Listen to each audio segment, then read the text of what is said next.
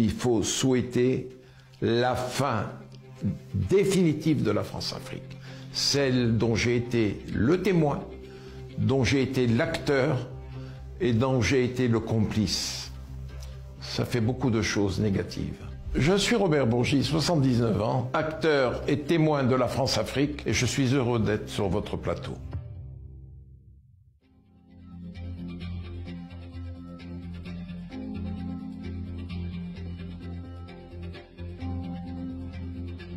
Dans vos mémoires, vous racontez comment vous avez joué les intermédiaires entre les dirigeants africains et Jacques Chirac pour le financement de ces campagnes électorales. Pourquoi avoir accepté cette mission? Monsieur Chirac, en 81, avait fait de moi le rouage essentiel. Bien sûr, le reproche m'en a été fait, à juste titre, mais aussi à tort. Pourquoi avoir accepté? Il m'était difficile, moi, professeur de droit, en coopération à Abidjan, de dire à monsieur Chirac, ancien Premier ministre de Giscard d'Estaing, maire de Paris, de lui dire non, monsieur le maire, je ne veux pas. Il m'était difficile. Alors je l'ai fait. J'ai accompagné les émissaires. Robert Bourgi, si c'était à refaire, vous le referiez? Je ne referai absolument pas ce que j'ai fait pendant 40 ans. Je ne le referai absolument pas. Pourquoi? Parce que, d'abord, j'ai mûri, j'ai vu des choses, j'ai voyagé à travers tous les pays africains. Souvent, je me disais, Robert, tu as été chargé d'accompagner un émissaire qui avait 10 millions d'euros, 5 millions d'euros, ça aurait fait des puits, ça aurait fait des écoles, ça aurait fait un dispensaire, ça aurait servi à quelque chose de plus utile pour les populations.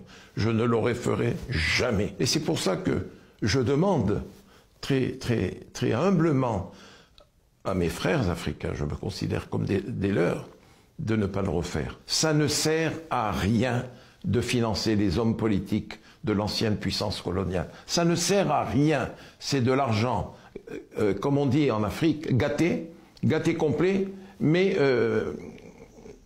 il vaut mieux éviter de faire ce que j'ai vu faire par leurs aînés. C'était quoi l'intérêt pour eux? Ils le faisaient par amitié, véritablement par amitié et par respect pour les leaders politiques. Mais au fur et à mesure des années, je me suis rendu compte que c'était un investissement sans aucun rapport pour eux. Il n'y a pas de retour pour eux.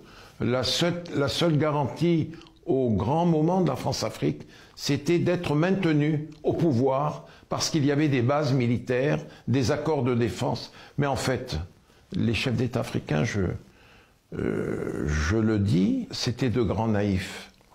Ils n'auraient jamais dû le faire. Et ils auraient mieux fait de consacrer ces millions d'euros, ces millions de dollars qu'ils ont donnés par dizaines de millions, ils auraient mieux fait de les consacrer à construire des hôpitaux, des dispensaires, des crèches, des établissements d'enseignement, des routes, des infrastructures. Mais cela n'a pas été fait. C'était de l'argent jeté en l'air, véritablement. Pourquoi raconter ça aujourd'hui? En 2009, au début de l'année 2009, le président Omar Bongo, il m'a dit « Fiston, tu as... » Comme il m'appelait, et moi je l'appelais papa, il me dit « Fiston, tu sais tout ce que j'ai fait pour les hommes politiques de droite et pour les autres depuis 40 ans. Depuis quelques années, je sens que l'accueil qui m'est réservé en France est de moins en moins chaleureux. Parfois, je cherchais à voir Jacques Chirac au téléphone, on ne me le passait pas, ou j'avais difficilement des rendez-vous. Mais ça n'est pas grave. Je te demande une seule chose. Je ne vais pas tarder à partir. Je lui dis, papa, pourquoi parlez-vous comme ça? J'espère que vous allez tous nous enterrer. Il me dit, fiston, je suis très mal. Et il est parti d'ailleurs en juin 2009. Et il m'a dit, je voudrais qu'un jour tu sois ma mémoire et que tu puisses tout révéler de ce que j'ai fait. Et c'est ce que j'ai fait. Mais seulement lorsqu'en 2011, dans le JDD, j'ai fait de grosses révélations, la planète médiatique m'était tombée dessus et les chefs d'État africains que j'avais servis depuis des décennies m'ont tourné le dos. Ils se sont dit, mais qu'est-ce qui lui prend, Robert, notre frère, notre ami, notre confident, notre conseiller, qu'est-ce qui lui a pris de raconter tout cela, de déballer? Seulement, ils n'ont appris que, en même temps que vous tous, pourquoi j'avais fait ces mémoires. C'est la promesse que j'avais faite au président Bongo, mourant. Vous racontez aussi dans le livre le dernier contact que vous avez eu avec Laurent Gbagbo. J'ai dévoilé dernièrement le dernier contact que j'ai eu avec Laurent Gbagbo depuis le bureau du président de la République française, où j'ai essayé de solliciter du président Sarkozy qu'il admette que Laurent Gbagbo avait gagné les élections. Pour vous, il avait gagné? Non seulement pour moi, mais nous savions en France qu'il avait gagné les élections.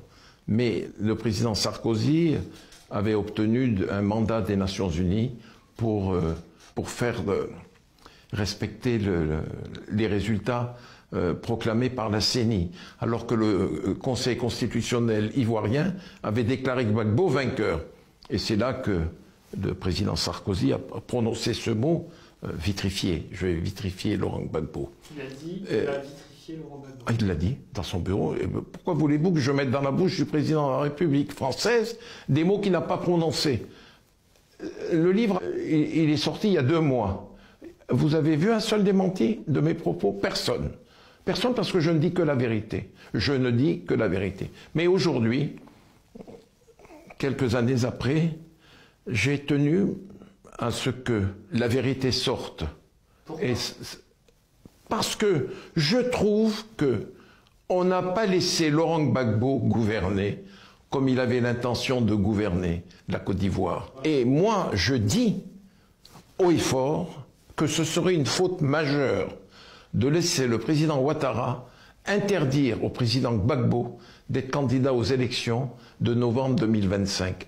Parce que la Côte d'Ivoire paierait un prix très fort, un prix fait de sang et de violence, si cela devait aller jusqu'au bout. Que pensez-vous de la nouvelle génération des dirigeants africains? C'est un autre monde. D'ailleurs, dans quelques prestations que j'ai faites dernièrement, j'ai salué l'irruption des militaires au Niger, au Mali, au Burkina Faso et en Guinée.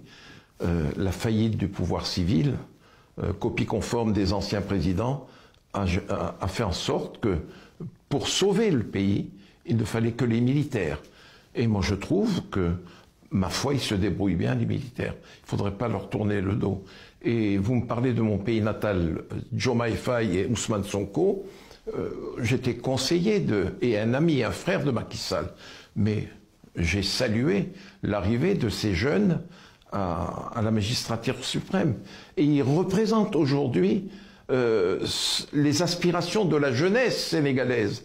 Au Sénégal, la population est constituée de 70% de jeunes qui n'ont plus rien à voir avec les schémas politiques de leurs aînés. Vous savez, c'est un monde nouveau.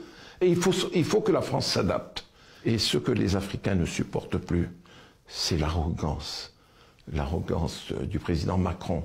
Quand il s'adresse à ses pairs africains, c'est comme s'il s'adressait à des étudiants. Voyez, s'il tourne le dos à la France, dans certaines républiques, c'est par la faute des dirigeants politiques français. Et c'est tout.